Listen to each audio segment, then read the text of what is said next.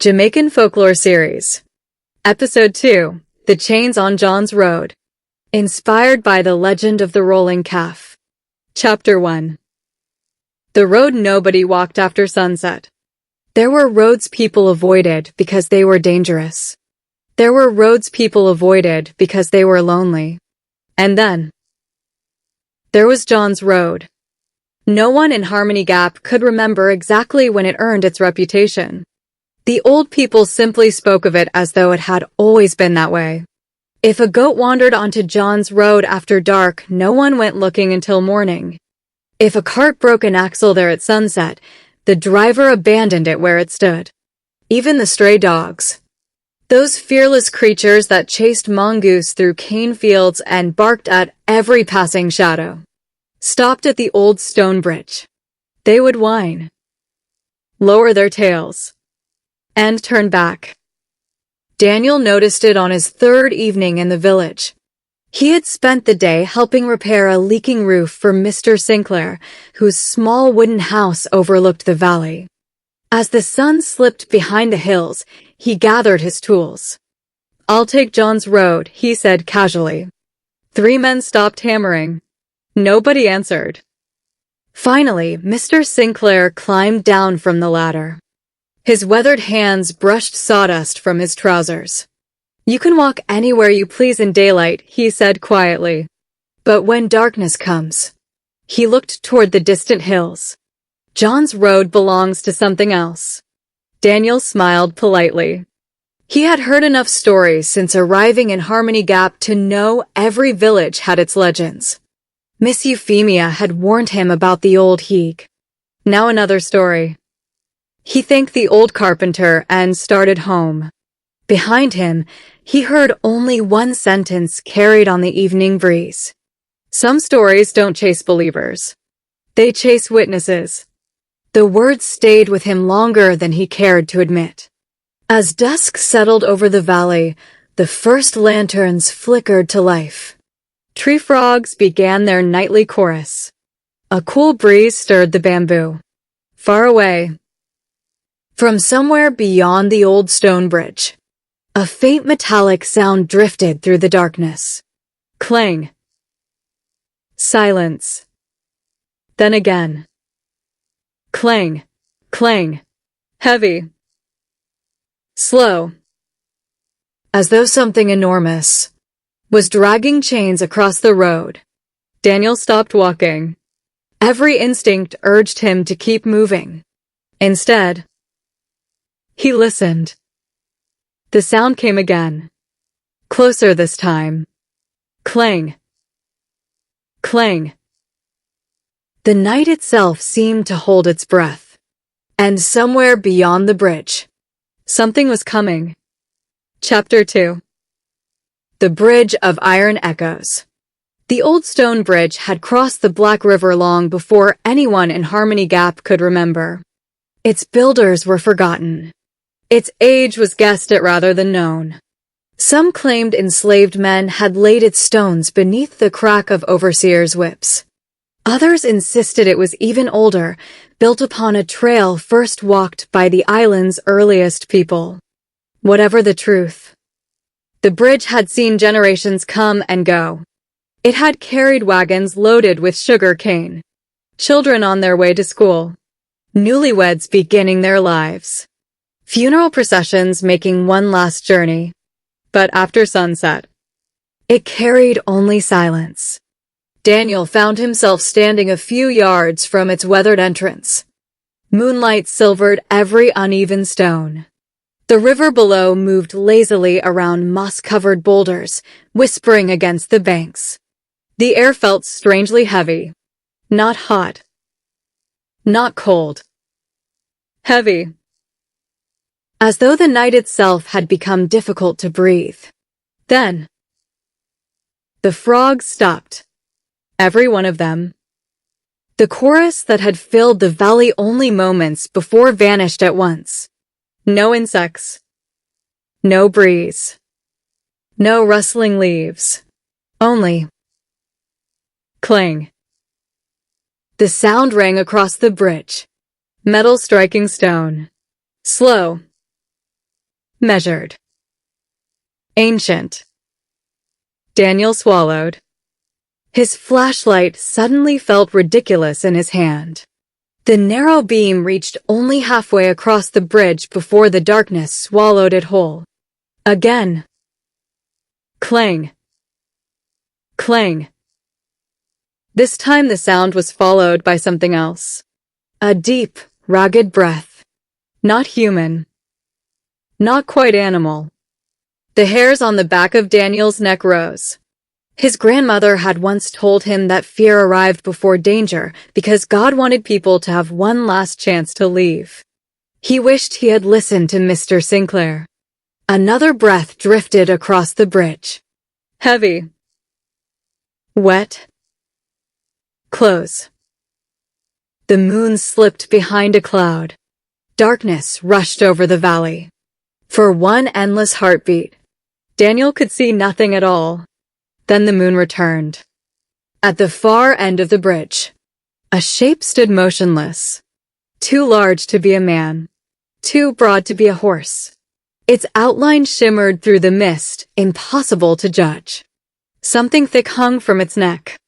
Chains. Long iron chains. Each slow movement sent another echo through the valley. Clang.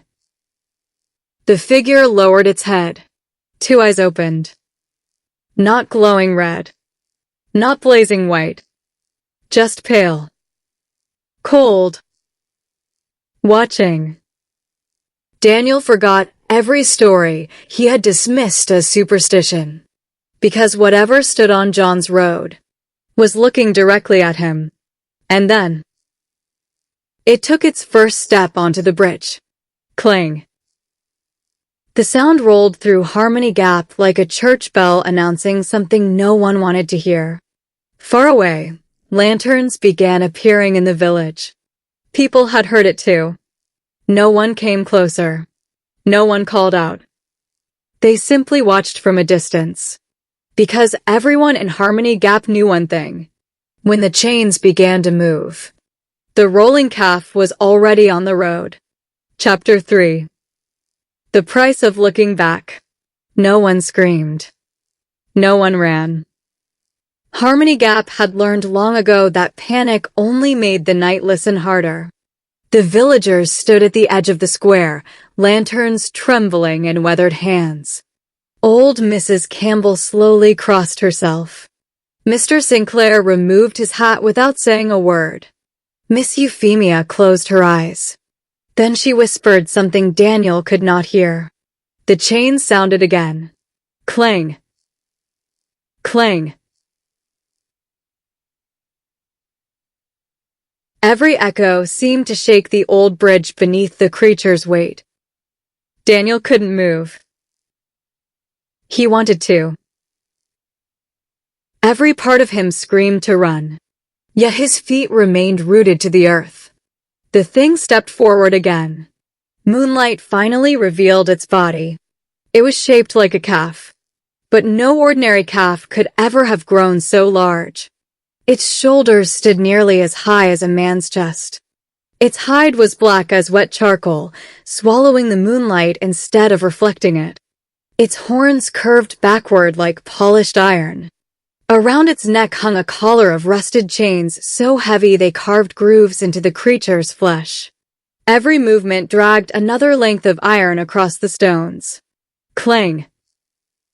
Clang. Its hooves struck the bridge with a sound unlike any animal Daniel had ever heard. Not a hoofbeat.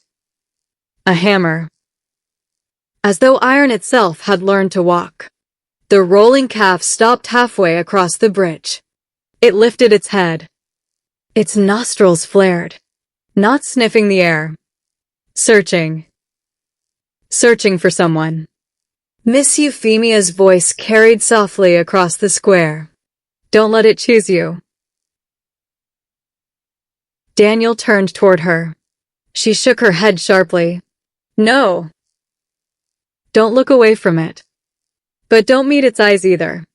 The warning made no sense. How could someone watch without looking? Yet no one questioned her. Every villager stared somewhere just below the creature's face, watching, waiting. The rolling calf took another step. Its chains scraped across the ancient stones. Sparks leapt from the iron. Tiny orange embers disappeared into the darkness. The smell reached Daniel before the creature did. Smoke. Wet earth. And something older, like burned leather after rain. Then, the calf gave a low growl. It rolled through the valley like distant thunder. The dogs of Harmony Gap answered at last, not with barking, with mournful howls, one after another. Every dog in the village lifted its head toward the moon. The sound chilled Daniel more than the creature itself. Mr. Sinclair finally spoke. His voice was barely above a whisper. It isn't hunting food. It isn't hunting blood. Daniel looked at him. Then what's it hunting? The old carpenter's face hardened. Someone carrying a burden they never faced. Silence settled over the gathering. No one spoke. No one moved. Because every person standing there knew the old legend. The rolling calf did not appear by chance. It appeared when something hidden, something long buried, was about to demand its price. The creature lowered its head once more.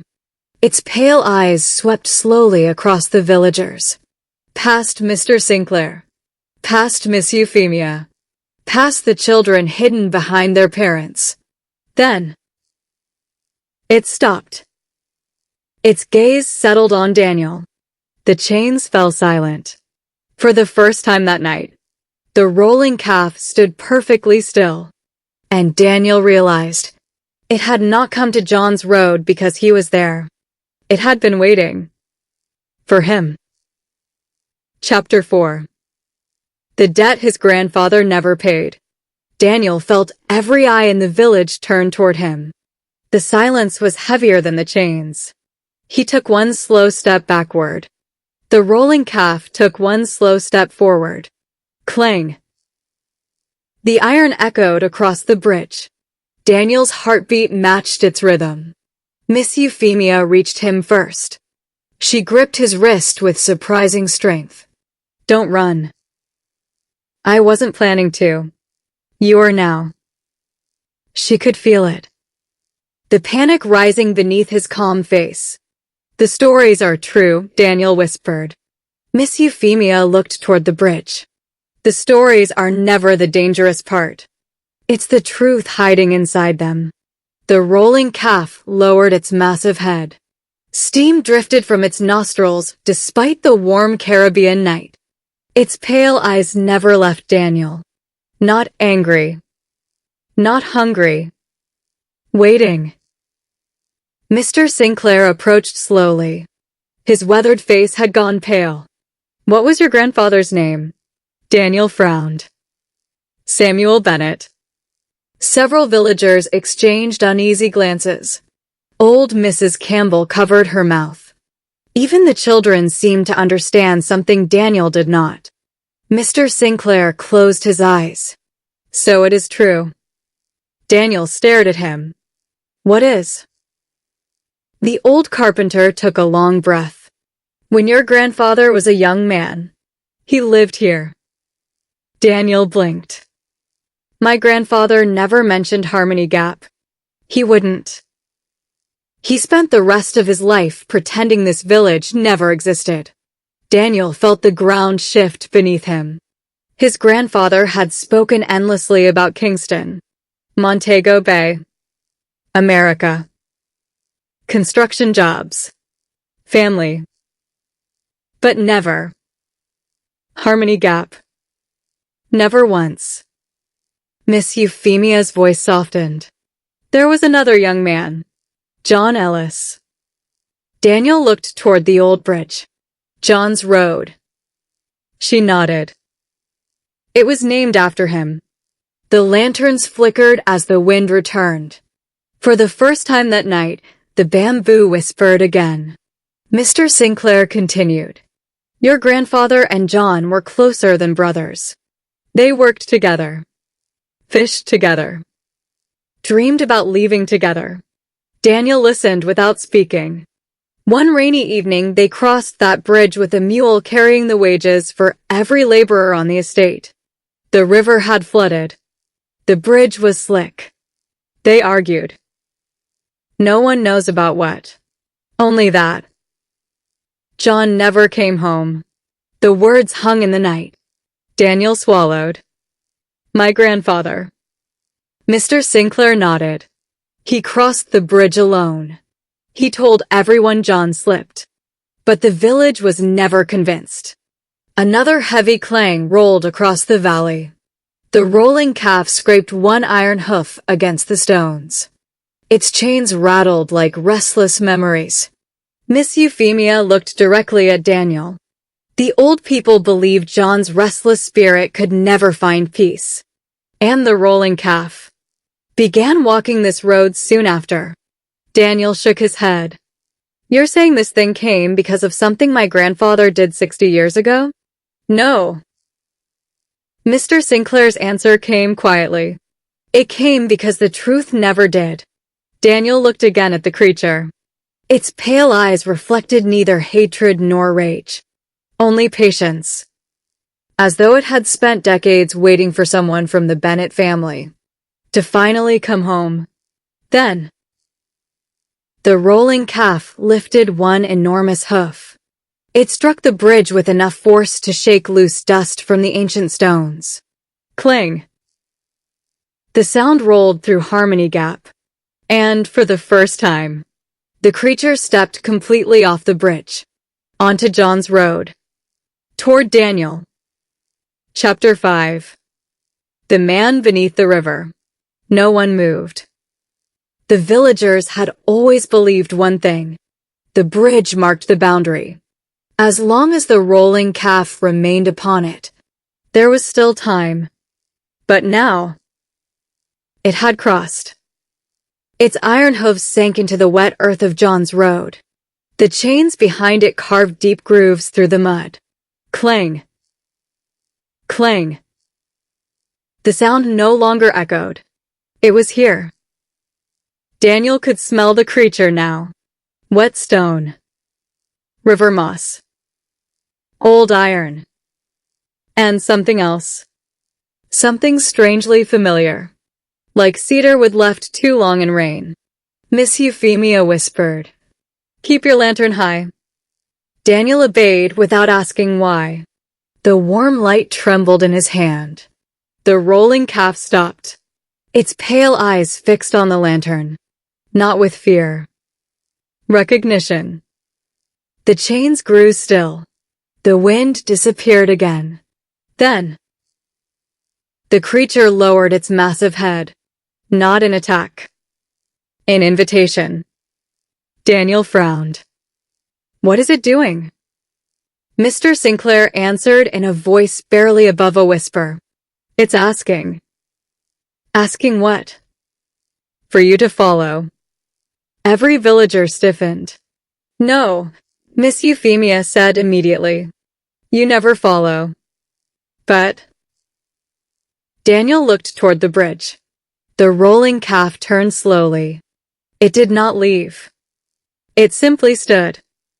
Looking back. Waiting. As though expecting him. Daniel remembered the words spoken only days before. Some stories don't chase believers. They chase witnesses. Perhaps he had never been the prey. Perhaps he had always been the witness. Before anyone could stop him, Daniel stepped forward. One pace. Then another. The villagers gasped. The rolling calf began walking. Not quickly. Slowly. Each heavy hoof striking the earth with deliberate purpose. Clang. Daniel followed. Across the bridge, the river whispered beneath the ancient stones.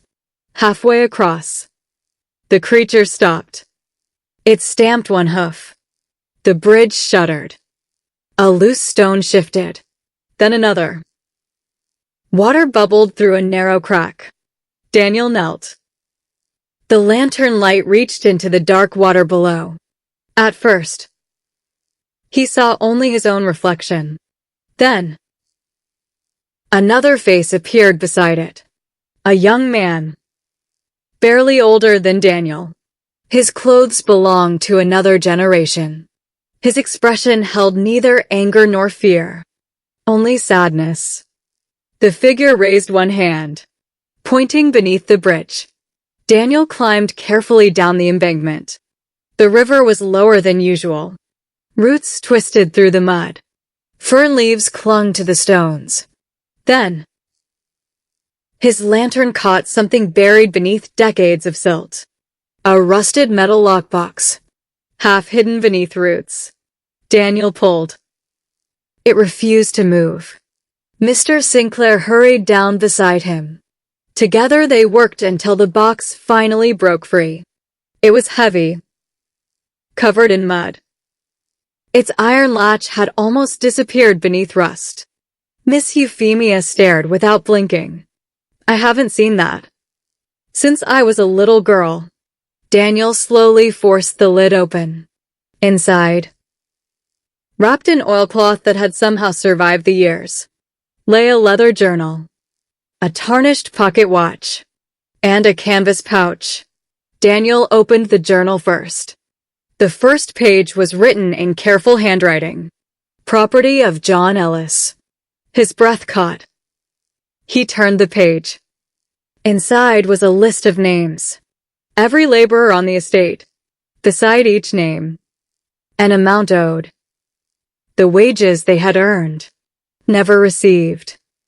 At the back of the journal, folded carefully between its pages, was a single letter. The handwriting was different. Daniel recognized it instantly. He had seen it all his life. It belonged to his grandfather. His hands trembled as he unfolded the faded paper.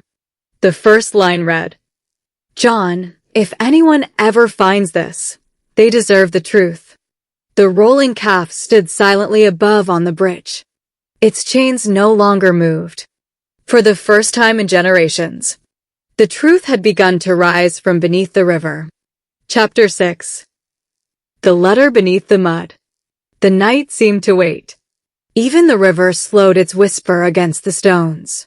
Daniel stood beneath the bridge, the faded letter trembling between his fingers. The paper had yellowed with age. Its edges were soft from decades hidden inside the lockbox. Yet the ink remained surprisingly clear. He took a slow breath, then began to read aloud.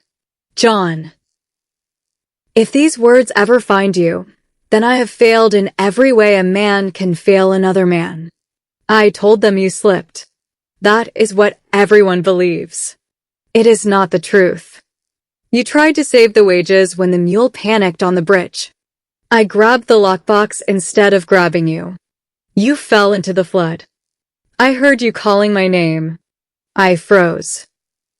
By the time I found the courage to move, the river had already taken you. Every coin in this box belongs to the people of Harmony Gap. I could never spend it. Neither could I return it. Cowardice followed me farther than the river ever could. If someone from my family reads this one day, ask their forgiveness where I never could." Samuel Bennett. Silence. No one spoke. The only sound came from Daniel quietly folding the letter closed. His eyes filled with tears. Not because his grandfather had been cruel. Because he had been broken. He had carried this secret across an ocean. Through marriage. Children. Grandchildren. Until it finally found its way home. Miss Euphemia wiped at her eyes. "I always believed Samuel wanted to tell us." Mr. Sinclair nodded. But shame grows heavier the longer a man carries it. Daniel looked toward the bridge. The rolling calf had not moved. Its enormous head remained lowered. Its chains hung quietly around its neck. No growl. No threat. Only stillness. It wasn't guarding the road, Daniel whispered. It was guarding the truth. Mr. Sinclair smiled sadly. Now you're beginning to understand. Daniel reached into the lockbox once more. Beneath the journal and the pouch of long-forgotten wages lay something wrapped in faded blue cloth. He carefully unfolded it. Inside was a small carved wooden whistle. Simple. Handmade. Its surface was worn smooth by years of use. Miss Euphemia laughed softly through her tears. John made those. He carved one for every child in the village. Daniel turned it over in his hand. Tiny letters had been carved into the back. Friendship outlives fear. His throat tightened. For the first time, John Ellis became more than a name in an old story. He became a man. A friend. Someone who had dreamed of a future that never came. Daniel climbed back onto the bridge. He faced the rolling calf. The creature slowly lifted its head. Their eyes met. This time, Daniel did not feel fear, only sorrow. He removed his grandfather's letter from his pocket. Holding it against his chest, he spoke into the moonlit silence. I'm not Samuel, but I am his grandson. He should have come back. He should have told you himself. He should have asked your forgiveness. His voice broke. So tonight, I've come home to do it for him. The wind stirred. The bamboo whispered once more. Somewhere in the darkness, a lone night bird sang. And for the first time since the chains had begun to echo across John's road, the rolling calf closed its eyes. Chapter 7. When the chains fell silent. No one had ever seen the rolling calf close its eyes. Not Mr. Sinclair. Not Miss Euphemia. Not even the oldest villagers whose grandparents had warned them never to walk John's road after sunset. The creature stood as still as the ancient bridge itself. The wind carried the scent of rain. Somewhere beyond the hills, thunder murmured softly. Daniel remained where he was. The letter rested against his heart. No one had told him what came next. There was no ritual. No ancient prayer. Only the truth. He looked down at the canvas pouch recovered from the lockbox. Carefully, he untied the weathered cord. Inside were dozens of old silver coins. Tarnished. Blackened by time. But still unmistakably valuable. Mr. Sinclair stepped closer. Those wages belong to our fathers. He looked around at the gathered villagers. And to their fathers before them. Daniel nodded. They should finally come home. One by one, the villagers approached. No one reached for the money. Instead, each person touched the pouch gently, almost like greeting an old friend. Old Mrs. Campbell smiled through tears. My grandfather worked that estate. Mr. Brown lowered his head. So did mine. For the first time in generations, no one argued about what had happened. The truth had ended the need for rumors. Daniel carried the pouch to the foot of the bridge. He knelt beside the river. John. His voice was almost lost beneath the whispering water. Your people have waited long enough. He emptied the coins into a small wooden bowl borrowed from Miss Euphemia. Then placed the bowl upon a broad flat stone overlooking the river. Not as payment. Not as an offering. But as a promise. The village would decide together how to honor the debt. No one would hide it again. Behind him, a sound broke the silence.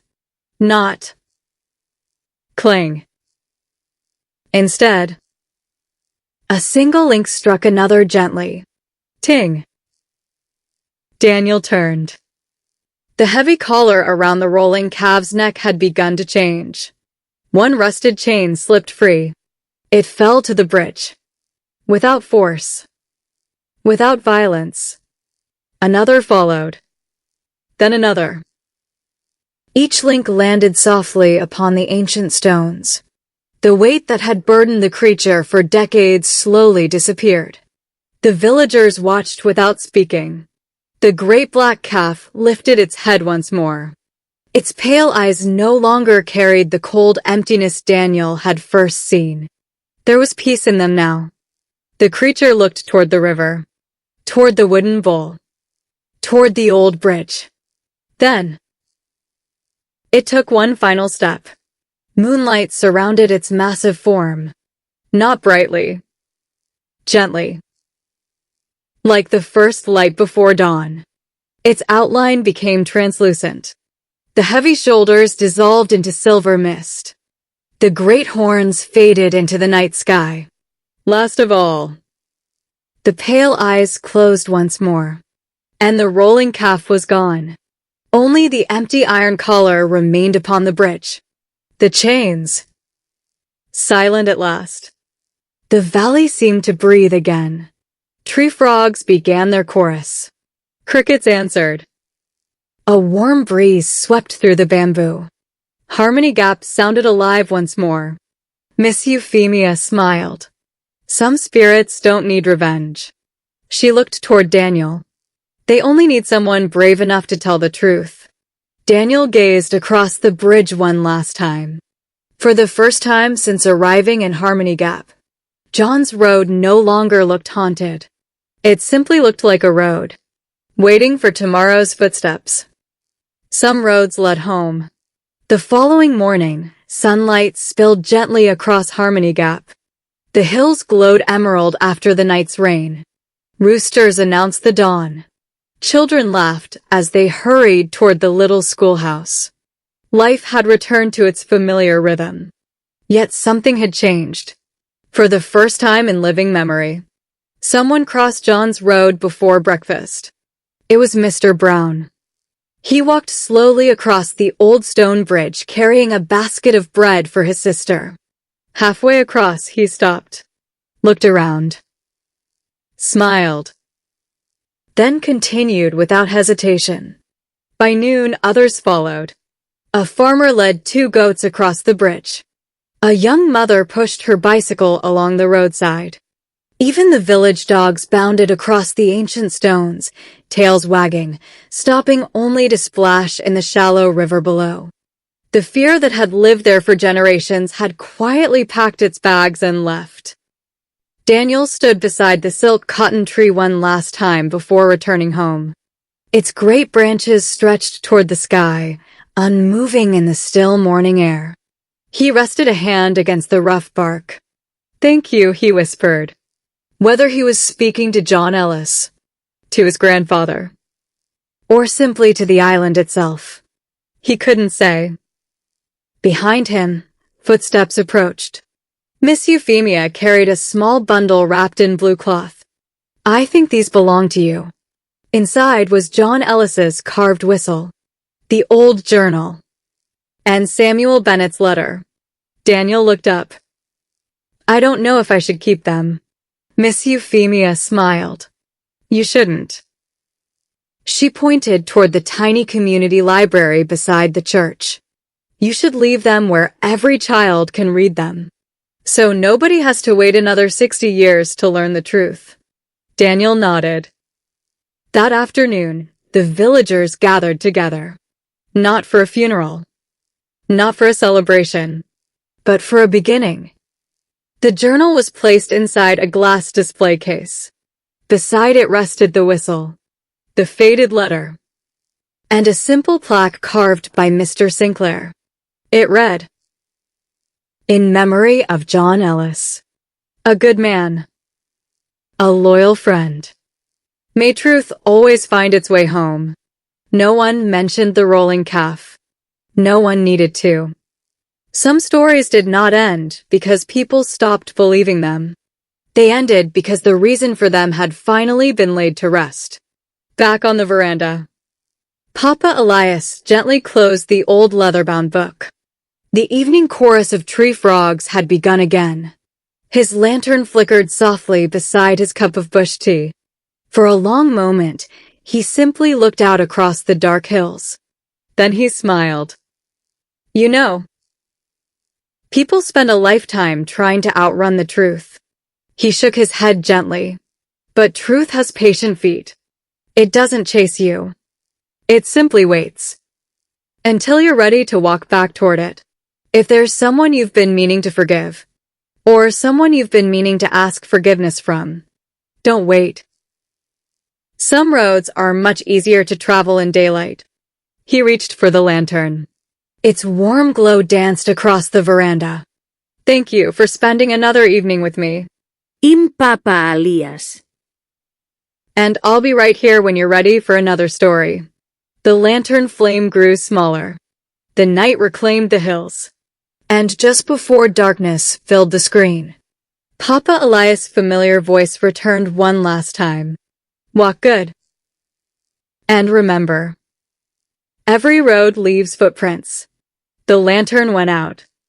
The chorus of tree frogs carried the story into the Jamaican night. End of episode 2.